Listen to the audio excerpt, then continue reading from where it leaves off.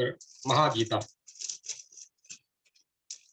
निर्विचार होने का क्या अर्थ है? क्या ऐसा संभव है? और फिर सद्विचारों को भवरोग की औषधि कहा गया है। एक कांटा निकालने के लिए दूसरे कांटे के प्रयोग की बात सुनी होगी। कुछ ऐसा ही समन्वय है सद्विचारों के होने और निर्विचार होने का। निर्विचार होना भय पैदा करता है। विचारों से जीवन है। यदि विचार ही न रहे तो जीवन निरर्थक हो जाएगा। इसीलिए लोगों के गले नहीं उतरता निर्विचार होना।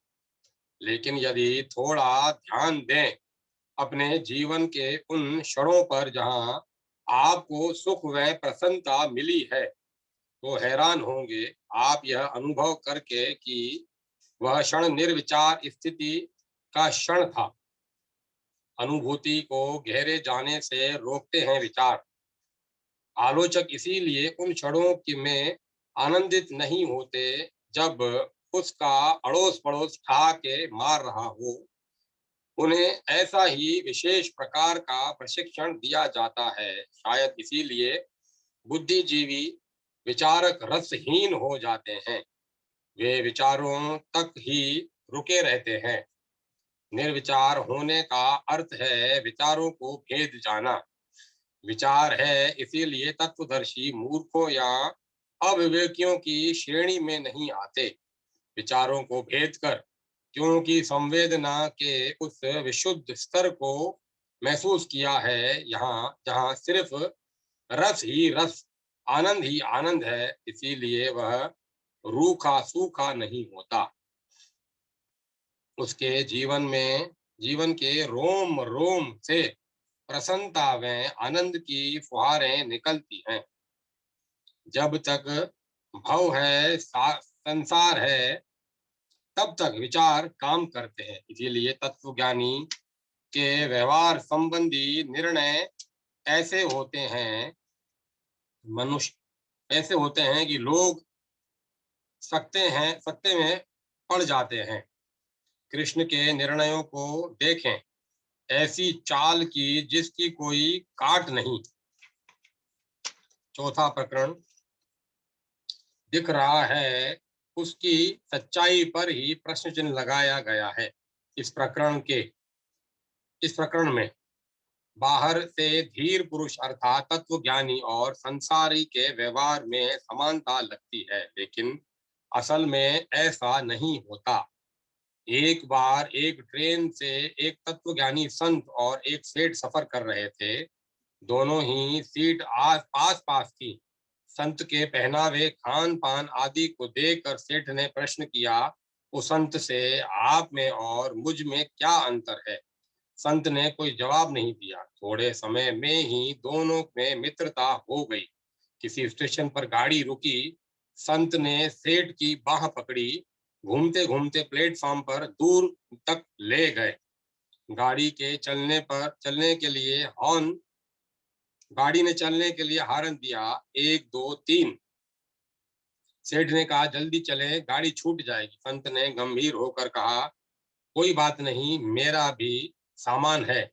सेठ ने संत का हाथ छुड़ाया और गाड़ी पर चढ़ गया। अपनी सीट पर जब पहुंचा तो देखा संत वहां पहले से बैठे थे। सेठ गुस्से में थे। संत ने पहल की प्रश्न किया था, उसका उत्तर मिल गया होगा। सेठ को बात समझ आ गई। यह एक सच्ची घटना है। भगवान ने गीता में इसीलिए कहा कि जो मेरे जन्म कर्म की दिव्यता का रहस्य जान लेता है, प्रत्यक्ष देखने वाले व्यवहार से भीतर की सच्चाई का पता नहीं चलता। खासकर अनुकूल परिस्थितियों में व्यक्तित्व का असली पहलू तो तब उभर कर सामने आता है जब परिस्थितियां प्रतिकूल होती हैं। भोगी और तत्वज्ञानी की परख इन विपरीत परिस्थितियों में ही होती है। जनक उवाच, आत्म तत्व को जानने वाले धीर पुरुष की संसार की वस्तुओं के साथ क्रीड़ा और संसार को ढोने वाले अविवेकी पुरुष का सांसारिक वस्तुओं के साथ व्यवहार एक समान नहीं होता, यह यथार्थ है। ब्रह्मविद ब्रह्म भवति, ब्रह्म को जानने वाला ब्रह्म स्वरूप ही हो जाता है, ऐसा श्रुति वचन है। जनक आत्म तत्व को जान चुके हैं, वे यह जान चुके हैं कि जो दिख रहा है उसका असल रूप क्या है, इसीलिए वे भी ब्रह्म रूप हो गए हैं। अब उनके वचनों में शिष्य का सा दैन्य नहीं है। अब उनमें और अष्टावक्र में अंतर नहीं रह गया। गुरु शिष्य का भेद समाप्त हो चुका है। पिछले प्रकरण में व्यवहार को लेकर जो प्रश्न महर्षि अष्टावक्र ने उठाए हैं, उनका स्पष्टीकरण करते हुए अब जनक विचलित नहीं है। वे अपना निर्णय सुनाते हैं। लीला शब्द महत्वपूर्ण है। यहाँ इसकी व्याख्या पहले भी की जा चुकी है। इस शब्द में सब कुछ करते हुए भी खेल का भाव विहित है। लीला में अहम लीला में अहम का भाव नहीं होता। लीला करने वाला कर्तव्य का अभिमानी नहीं होता। कर्म इसीलिए उसे बांधता नहीं। कुछ नहीं करता तो आता है, वह जस का तस स्वीकार करता है। उसे उसके लिए न कोई अनुकूल है न ही प्रतिकूल। यही वजह है कि उसे न कोई वस्तु परिस्थिति सुख देती है न ही दुख। राम और कृष्ण के जीवन को इसीलिए लीला कहते हैं। जनक कहते हैं कि आत्म तत्ववेता तो भोगों का उपभोग करता हुआ लीला करता है, वह उनसे जुड़ता नहीं। और दूसरी ओर अविवेकी अज्ञानी, वह ना तो संसार का रूप जानता है ना ही अपना। ऐसा जीव संसार को ढोता है, उसके माथे पर सवार रहता है। यह द्वैत रूप संसार। संसारी तो धर्म और अध्यात्म एक पथ पर चलता हुआ भी अभिमान से पीड़ित रहता है। मुक्ति के साधन की भी ज्ञानी के लिए बंधन का कारण बनते हैं। आनंद के मार्ग अज्ञानी को सुख दुख देते हैं। जनक निश्चय सुनाते हैं, इसीलिए दोनों को एक सा नहीं कह सकते। दिखते दोनों एक से हैं बाहर से, लेकिन भीतर से अलग अलग होते हैं, बिल्कुल अलग अलग। भावार्थ, जिस पद को प्राप्त करने के लिए इंद्र आदि देवता दीनहीन बन व्यवहार करते हैं, उस पद पर आसीन होने पर भी योगियों को किंचित मात्र भी हर्ष नहीं होता। व्याख्या, व्यवहार में एक साथ दिखने को लेकर महर्षि ने पीछे सूत्रों में आश्चर्य प्रकट किया था। अब जनक उसी भाषा शैली में स्पष्टीकरण दे रहे हैं। देवता जिस पद को प्राप्त करने के लिए इधर उधर भटकता रहता है, उसे प्राप्त किया हुआ योगी हर्ष को प्राप्त नहीं होता। इनका विस्तार आप प्राप्त करने से पहले के उतावलेपन से लेकर प्राप्त होने के सुख, उसे प्राप्त होने के बाद छीनने के भय और छीन जाने पर आक्रोश आदि के रूप में करके स्वयं जान सकते हैं। यहाँ तक संकेत और दिया यहाँ एक संकेत और दिया जनक ने, जिसका प्रतिबिंब मात्र है समस्त पद। उस असल रूप बिंब को जिसने पा लिया, उसके लिए प्रतिबिंब के पीछे भागने वाले की स्थिति हास्यास्पद होने के अलावा और क्या हो सकती है। भावार्थ, ब्रह्म तत्व को जानने वाले का अंतःकरण पाप पुण्य दोनों से बिल्कुल उसी प्रकार अस्पर्श रहता है, जिस प्रकार धुएं से आकाश लगता है, मानो पाप पुण्य का स्पर्श होता है। धुआं आकाश को मलिन करता है, पर वास्तविकता में कहाँ होता है ऐसा। जो जैसा दिखता है वह वैसा ही हो, ऐसा जरूरी नहीं। आकाश में धुएं को देखकर प्रतीत होता है आकाश काला हो गया, और ऐसा ही व्यवहार में कहा भी जाता है, जबकि असल में ऐसा कुछ भी नहीं होता। आकाश को धुआं मलिन तो तब करे जब वह उसका स्पर्श करे। बिन संग के एक के दोष दूसरे में नहीं जाते। संग वस्तुओं का होता है, निर्विषयक से संसार का संग हो ही नहीं सकता। प्रतीत को कोई सच मान ले तो सत्य को क्या फर्क पड़ता है। प्रतीति को कोई सच मान ले तो सत्य को क्या फर्क पड़ता है। आत्म तत्ववेता के लिए जब द्वैत ही नहीं तो संग किसका और कैसे। जब संग नहीं तो क्या पाप और क्या पुण्य, और कैसा पाप कैसा पुण्य। पाप पुण्य जैसे द्वैत परक शब्द उसके लिए हैं जो द्वैत को मानता हो। आत्म तत्ववेता को इनसे क्या लेना देना। भावार्थ, जिस महात्मा ने इस जगत को आत्म रूप से में जान लिया है, जिसने यह जान लिया कि संपूर्ण जगत उसी आत्मा का रूप है, प्रारब्ध के वश में पड़े उस महात्मा को निषेध करने में कौन समर्थवान है। जिस महात्मा ने इस जगत को आत्म रूप में जान लिया है, जिसने यह जान लिया कि संपूर्ण जगत उसी आत्मा का रूप है, प्रारब्ध के वश में पड़े उस महात्मा को निषेध करने में कौन समर्थवान है। व्याख्या, संसारिक व्यवहार हो या कि शास्त्र व्यवहार, दोनों में निषिद्ध और विहित कर्मों की चर्चा है। विहित अर्थात क्या करना चाहिए और अमुक क्या न करें, यह निषिद्ध है। और इन दोनों, इन विधि निषिद्ध आदि का कोई न कोई प्रयोजन भी तो होना चाहिए। यदि प्रयोजन ही नहीं तो विधि निषेध कैसे। जिसने परम पुरुषार्थ रूप लक्ष्य को साध लिया, उसके लिए कौन सा प्रयोजन शेष रहा। सब तो मिल गया उसे। जब तत्वज्ञानी ने समस्त जगत को, जगत के विषयों को आत्म रूप में जान लिया और यह जान लिया कि यह आत्म ही उसका स्वरूप है जो सदैव उपलब्ध है, तो फिर उसके लिए क्या करना, क्या प्राप्त करना शेष रह गया। सब कुछ तो प्राप्त हो गया उसे। और जब कुछ प्राप्त ही नहीं करना तो क्या करना चाहिए क्या नहीं करना चाहिए, ये आज्ञाएं भी नष्ट हो जाती हैं।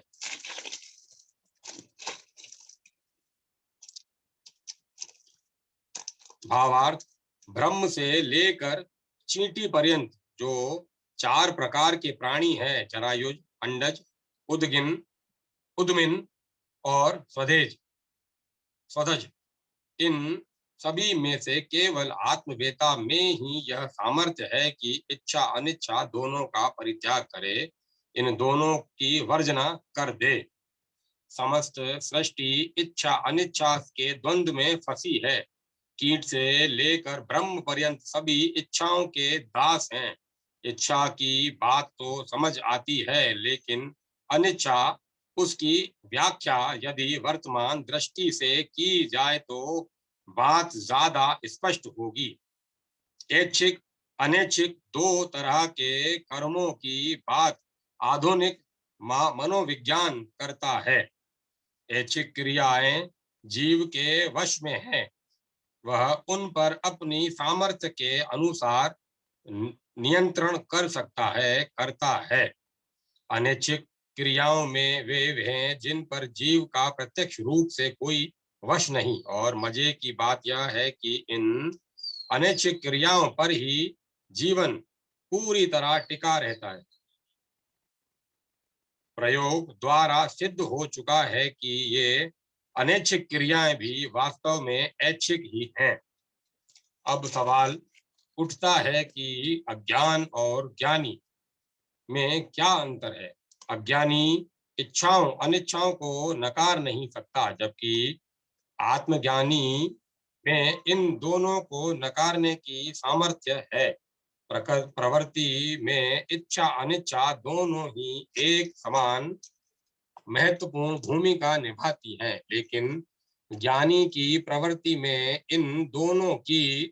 कोई इन दोनों की ही कोई भूमिका नहीं होती। वह प्रारब्ध में की गति को जानता हुआ कर्मों में प्रवृत्त हुआ सा दिखता है।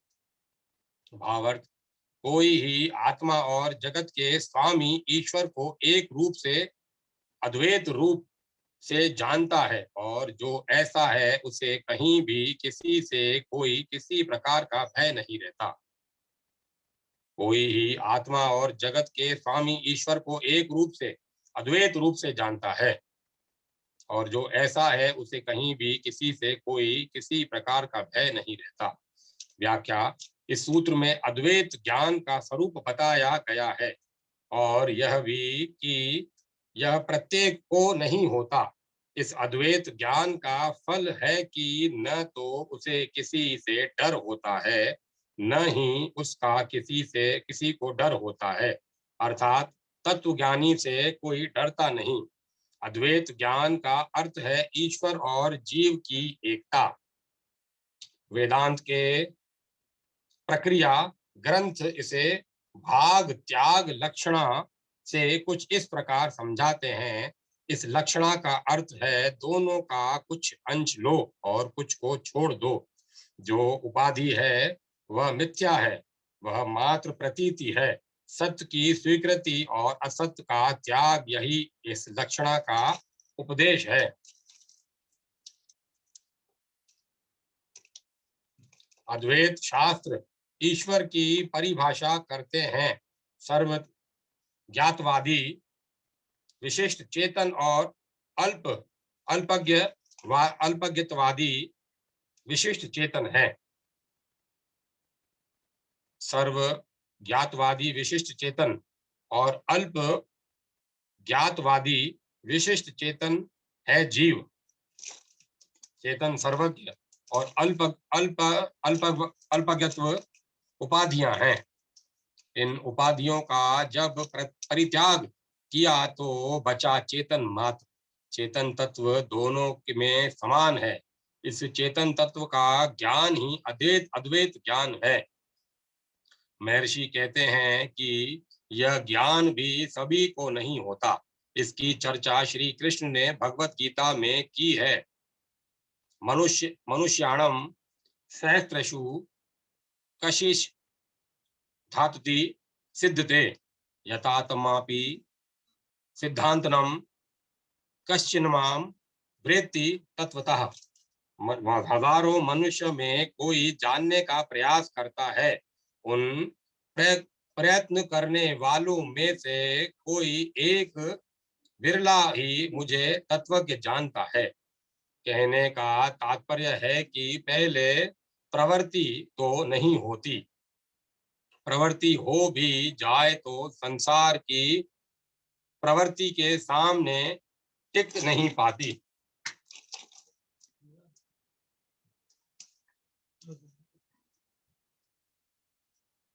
काम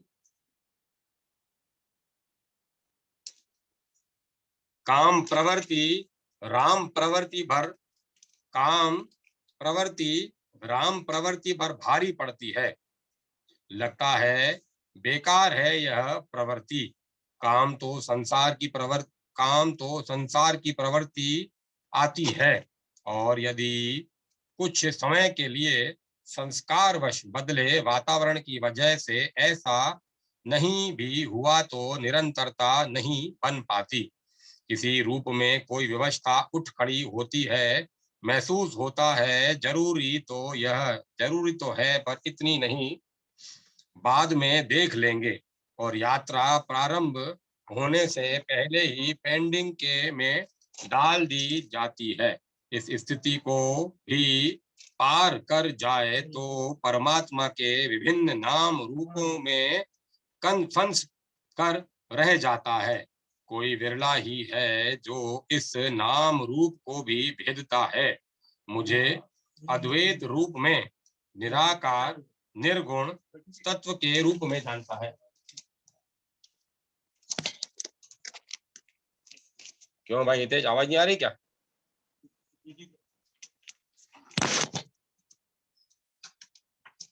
हेलो।